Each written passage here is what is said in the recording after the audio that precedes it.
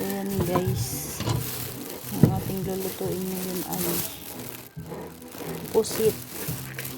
Kano kilo nito? 200. 200 ang kilo. Oh my god. Kaya adobo natin yung iba, tapos yung iba ilalahok natin sa puso ng saging. So yan, isang pirasong puso.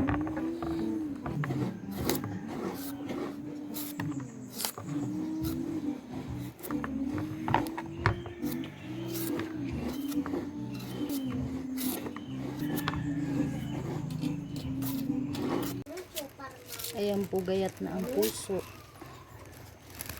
Puso ng saging. At ito na ang gata. Ito na po ang yung nagagatay. Mag-aadobo ng pusit. Ayan guys, adobo ng pusit. Ayan guys, magigisa na po ng bawang para sa ating adobong pusit. Papupulahin ng konti. Next naman ay ang sibuyas.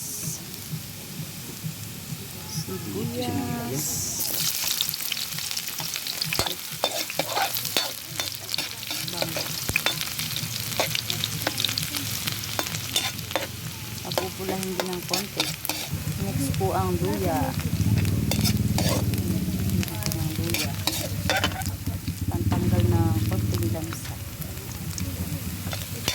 Paminta. Pero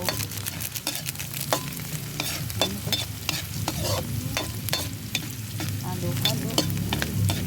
So yan, dahil pumapula na ay gawin na natin ang pusit.